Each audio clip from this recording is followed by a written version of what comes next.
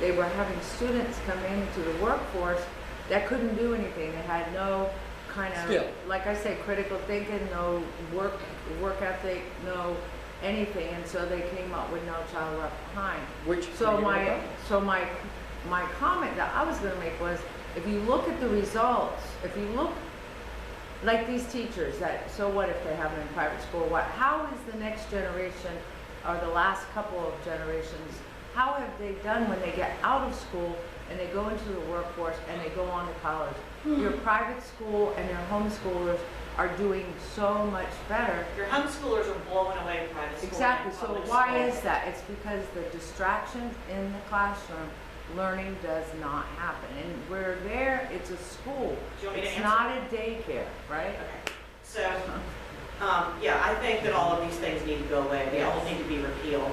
I don't even know what the thinking of No Child Left Behind was at the time, and I was considerably younger too, and didn't really pay attention to such things. But saying that you just promote someone because they're the right age or the right height, or they've done this paper 6 times, they should just get it. Well, it's a lot. Obviously, they need some extra help. It's a lot. Okay, I hate to intervene, but I would really like our speaker to be able to finish. Thank you. But it's destructive. It's very destructive. They have to master the skill. Right. And so we have employers locally talking about how people don't come to the job work ready. They don't understand that they have to comply with the dress code. They don't understand that 7 a.m. doesn't mean 8:15 a.m. They don't understand that whatever the rule is whatever the rule is. If I sign your paycheck, then I make the rules. So they don't seem to get that. You also seem to have children who are wrapped up in TV and social media, think they graduate from high school and they're supposed to be CEO of something. They're unwilling to take this job. Jobs that your grandparents would have considered an opportunity because they got their foot in the door and then they would go in and work and make something of it, they turn their noses up at. We also have college professors talking about how many children start college and they have to take remedial reading. You're 18 years old and can't write a grammatically correct sentence. That's a problem. They shouldn't be taking all these remedial, and there's a lot of remedial math too, but remedial reading, in my opinion, was the most egregious because you have to read everywhere. It doesn't matter what the subject is, you have to be able to read. And I sat in one disciplinary hearing, and we always have 3 school board members, and then you have a guidance counselor. And the guidance counselor said that the dropout rate for freshmen in college is now over 60%. Wow. And we had a young lady who was a Virginia Beach Schools graduate. She graduated in the 18-19 year. And she sent a letter during her first semester of college, and it was a scathing letter directed at the school board that said, "You did not prepare me for college. I can't do the work. They don't let me do assignments over. They don't dismiss, they have recovery for absences now, because a certain number of absences you're supposed to fail the class.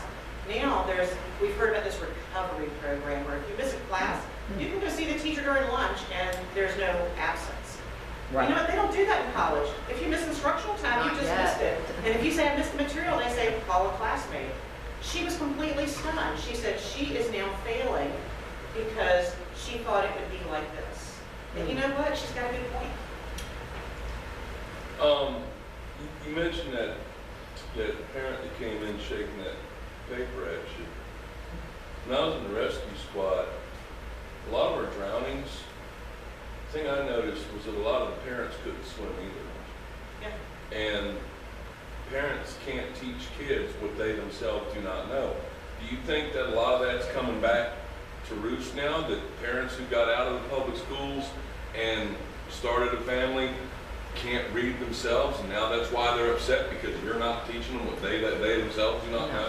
Well, you know what? I think that's a really good point, but I also think that we have bigger societal issues that lead to it. And obviously, the schools can't fix all of society's issues. But why not?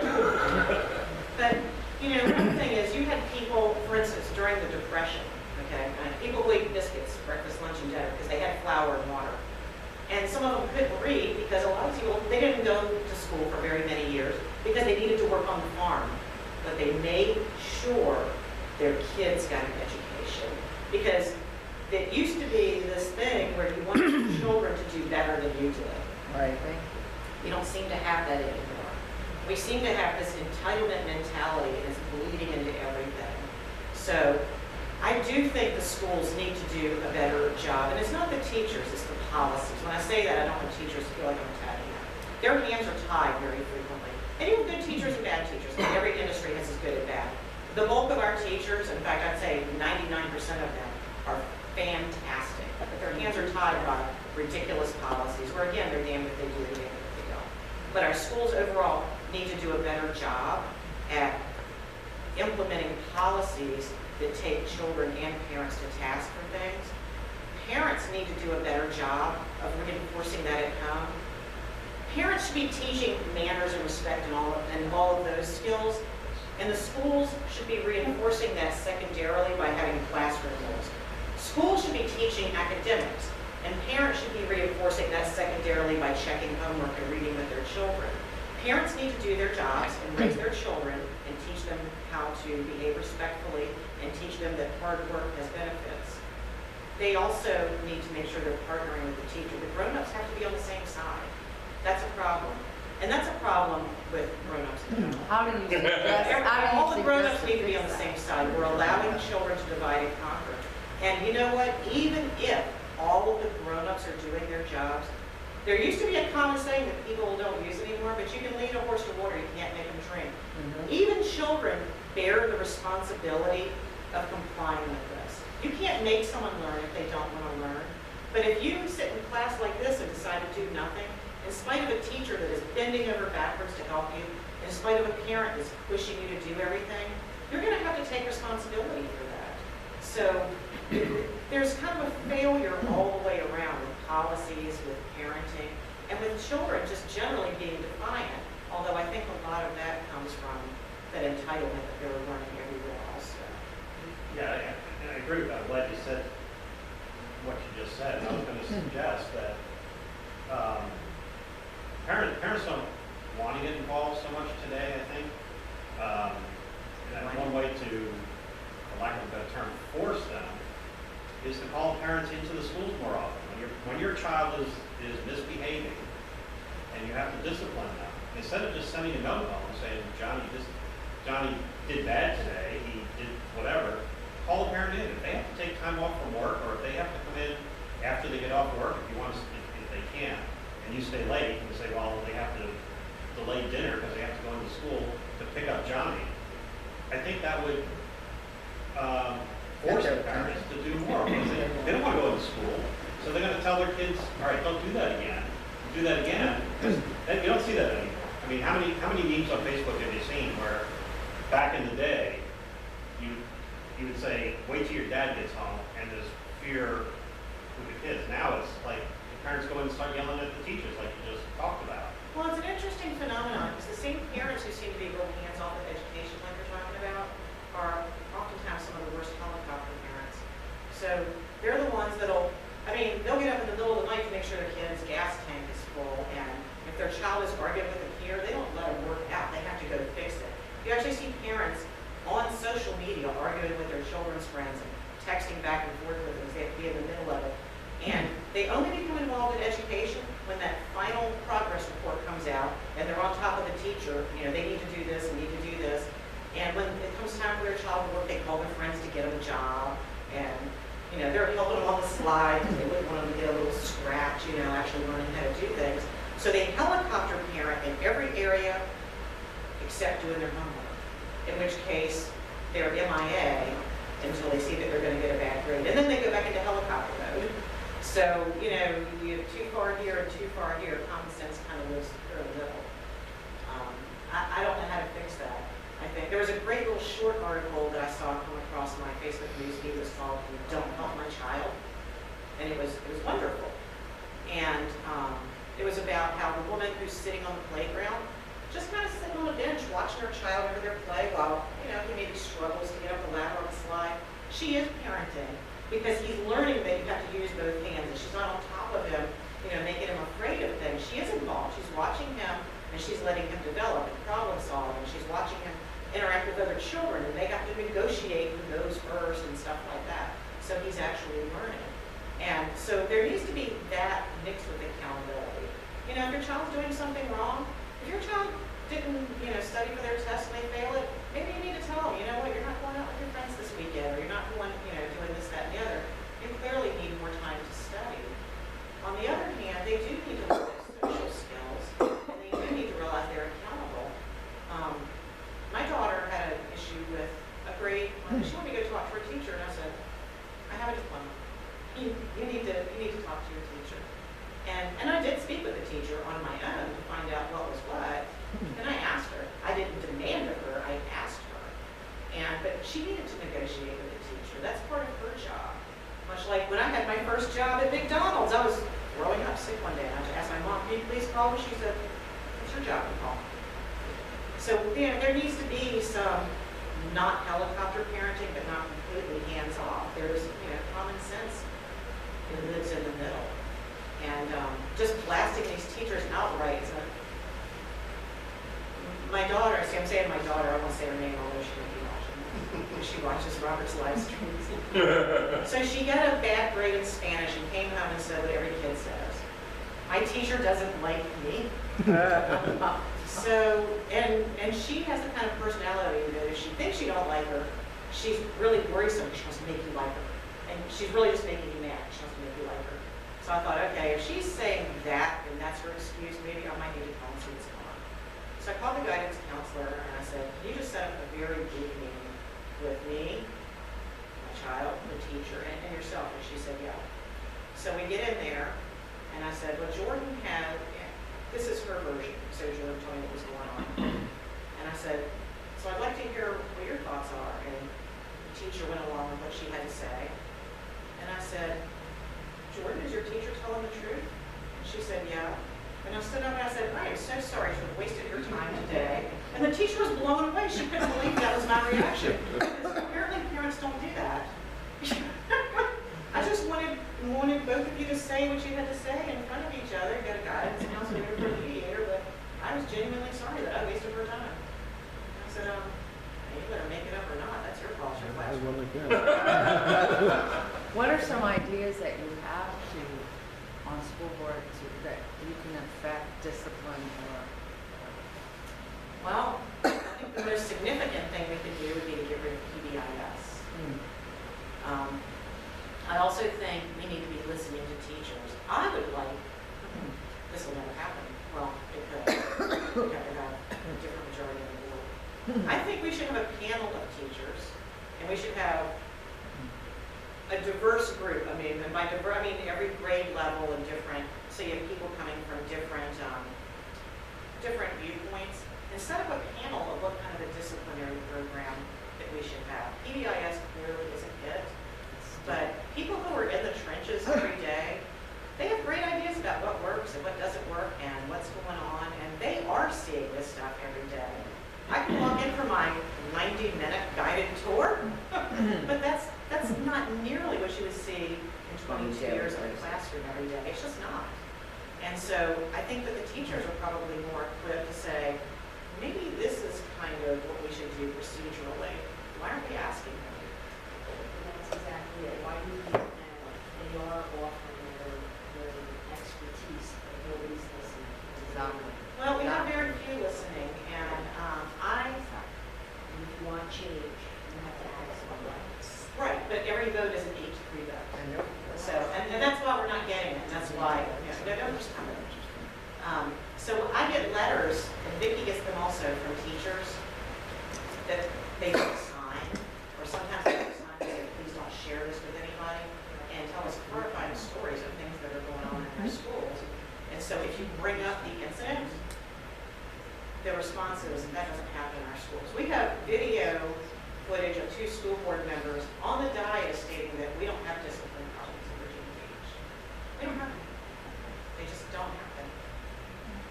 On another kind of shifting gears with this, but I have a question about, I know that Stephen Johnson is promoting at City Council that they take away from the school system the ability to put schools on school system dime that are responsibility for building functional structures is completely negated. And that the city does a better, I mean, the city doesn't do a good job of a lot of things, but they do a better job at being able to build a functional building that doesn't look like the Taj Mahal. And that we have people on the school side that really don't know what they're doing when it comes to construction. And that goes all the way back to Lexington. They hire architects, and they have a focus group of teachers, and they present their plans, and the teachers say, this is not going to work, this is why. This is not going to work, this is why. This is where you need to change the space. They go, okay, thank you. And they turn around and they build that exact same thing that they presented to everybody, where they pointed out all the flaws with no changes. And College Park is a prime example of Amen. that. And it has, I mean, the list of failures for that building is unbelievable. Oh, you drive up and it's gorgeous, yes, but it doesn't have enough space. It has the cisterns that the water goes over them. Sidewalk just failed, it's only 8 years old. Who's responsible?